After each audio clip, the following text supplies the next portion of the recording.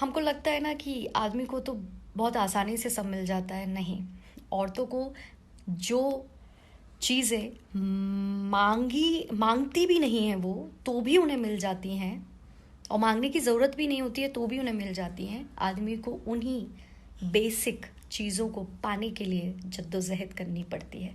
और आपको यकीन नहीं है ना, तो आप अपने पापा से, अपने भाई, अपने दोस्त से बात करना। When we use this term, a face of a woman comes in our mind. हमें सोचना भी नहीं पड़ता, and it suddenly comes in our mind. पर क्या डिग्निटी का कोई जेंडर होता है? Respect, another word. And yes, again a woman face comes in our mind. क्या रिस्पेक्ट का भी कोई जेंडर होना चाहिए? Third, domestic abuse. I am adding another word. Yes, again we don't easily believe that men can also be subjected to domestic abuse. इस पर तो jokes भी बन जाते हैं।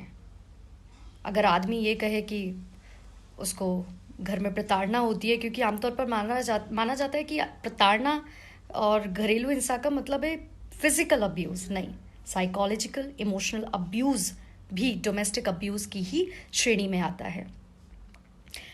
And many of us think it's a myth that how can men be harassed when they are the main reason of harassment against women. And we do not realize that harassment can happen to anyone despite age, gender, identity, and religion. And in the Constitution, under Article 14, right to equality is mentioned. But issues related to men are not given enough recognition as compared to issues related to women. और हम सब जानते हैं कि किस तरीके से court के अंदर प्रोसीडिंग चलते हैं और किस तरीके का परसेप्शन मीडिया ट्रायल में बनता है when it's a man versus woman case. And it makes all men unequal to all women if the legislation only considers women issues and not man issues. Then it is a total violation of Article 14. जबकि there must be equal justice served for both men and women. Actually क्या है ना कि भारत में आदमी को मर्द consider किया जाता है। एक टर्म ऐसी दे दी गई है कि वो भी उसी एक फेक दुनिया में जीते रहते हैं, because they fear of getting taunted, insulted and mocked by the people and specially by their own people.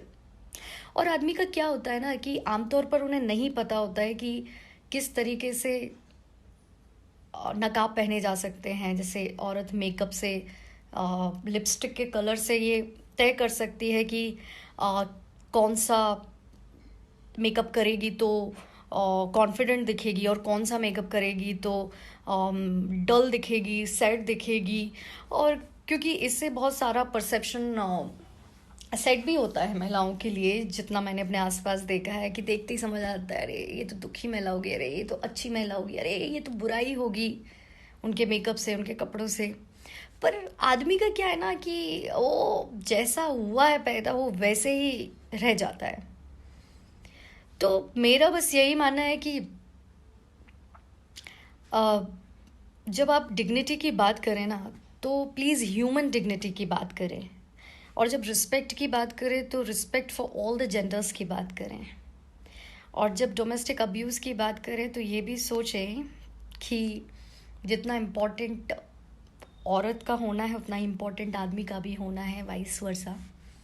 लेकिन लड़कों के मामले में चलता है एटीट्यूड, या लड़के तो होते ही ख़राब हैं, लड़के तो होते ही कुत्ते हैं.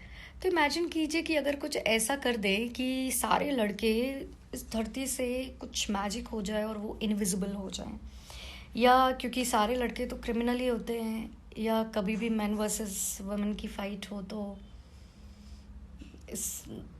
इस तरीके से सोच लेना आदमी ने ही कुछ किया होगा.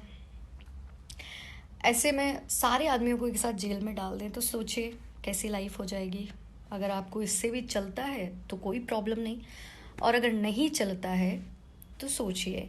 और दूसरी बात, हमको लगता है ना कि आदमी को तो बहुत आसानी से सब मिल जाता है, नहीं। औरतों को जो चीज़ें मांगती भी नहीं है वो, तो भी उन्हें मिल जाती हैं, और मांगने की ज़रूरत भी नहीं होती है तो भी उन्हें मिल जाती हैं। आदमी को उन्हीं बेसिक चीज़ों को पाने के लिए जद्दोजहद करनी पड़ती है।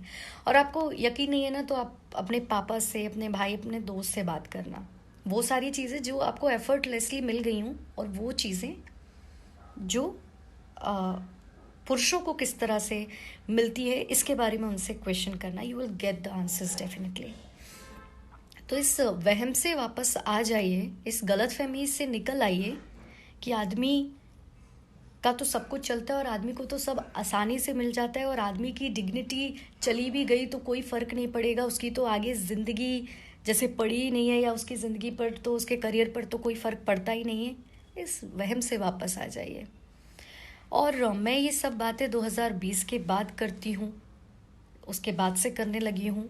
ये गलतफहमी भी कई लोगों को है, तो वो भी इससे बाहर आ जाइए, क्योंकि जो लोग मुझे जानते हैं एज अ जागृति शुक्ला, वो जानते हैं कि मैं इस तरह के सब्जेक्ट्स पर मुखर रही हूँ, वोकल रही हूँ 2015 से ही, सोशल मीडिया पर, पब्लिक प्लेटफॉर्म्स पर, और मैंने इस पर्टिकुलर टॉपिक पर धरने भी दिए हैं। तो इस गलतफहमी से भी बाहर आइए और सोचिए इस बारे में। धन्यवाद।